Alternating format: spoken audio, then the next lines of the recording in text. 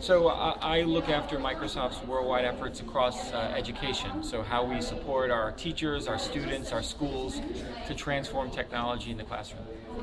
Well, my career at Microsoft has been sort of a journey of just connecting to what my passion is, and I've always been connected to helping students, specifically students in inner city, which is where I'm from, get access to tools to help them really expand their horizons for career exploration. And when I started my career at Microsoft, I worked very closely with senior leaders like Bill Gates and Steve Ballmer when they would visit schools and do presentations. I was always inspired by what they were really, the message they were giving to students about what they could achieve. And I have been pursuing a path in education from the United States initially, now globally, to make that a part of not only what I do every day at Microsoft, but really expanding Microsoft's commitment to education broadly.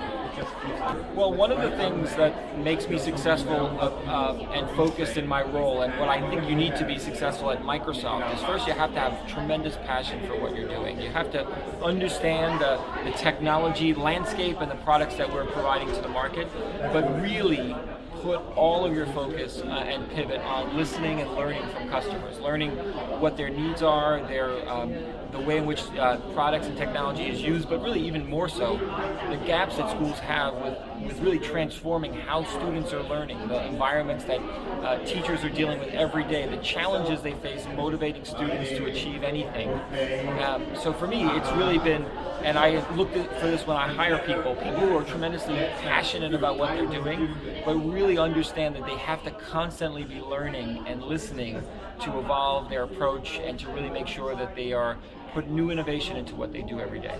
So, well, one of the things about my school time, I did a lot of other things. I spent a lot of time in the radio station. I was very interested in media and communications. That's where my path was even in graduate school, to actually explore a career in either journalism or television production or movie production.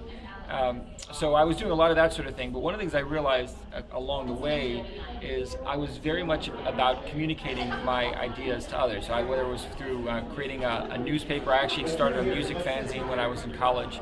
I was very interested in actually connecting to other people in rich ways. So I found those skills kind of connected me into my workplace dynamically, which I wasn't intending. But the other thing one of the things about education is I was tried to be as balanced as possible, whether it was being a deep reader, working through a number of different subjects, really just having a broad skill set.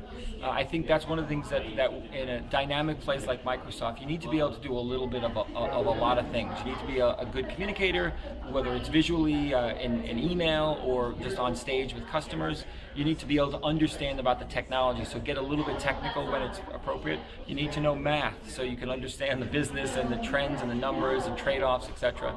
And then most importantly, you have to have strong people skills, so you can encourage, motivate your staff, but also look for the best in people and motivate them to achieve what they can. So those things I think I did a little bit in my university time, but one of the great things about a place like Microsoft is when I started at Microsoft, my skills were very, very raw, and you grow over time because there's a culture of coaches and certainly development that actually happens in the workplace. And that's for students. We've got to understand that the foundation is built in the classroom, but they're going to have a long-term learning path for their life. It's not just something that's going to ever stop. And I think if you embrace that from the start, I think you can achieve a lot more. Well, the first thing I think there are two kinds of people. There are people who get to do what they love, but if you're not one of those lucky people, you've got to love what you do and spend your time putting your soul doing something strong. What I actually tell my employees is you have to be about something. You have to be someone who is connected to what you're doing. Our old CEO, Steve Ballmer, used to say, if you're going to do a job, do a job. If you're not going to do a job, don't do a job. And I think that's very, very true. I want all of my people to do a job and put their heart into it and make it possible. And if they're not going to put their heart and mind into it, don't do it, because it's not going to be good and it's not going to be what we want. So I think that's important to have that kind of mindset and reflection. The other thing is I think you have to be someone who is an optimist.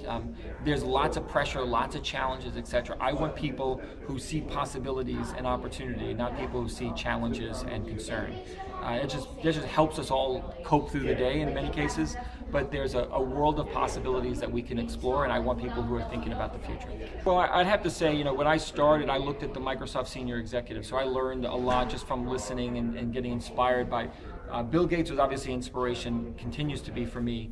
Steve Ballmer, who was the CEO, I was just amazed by how much he could take in. He had so much ability to assess every little nook and cranny about Microsoft. But I've had tremendous opportunities to work from great leaders. My current manager, Tony Towns-Whitley, is an inspiration to me. She has a great ability to actually balance a strong connection with people, but a really good business sense of how to prioritize and strategize, which is really great.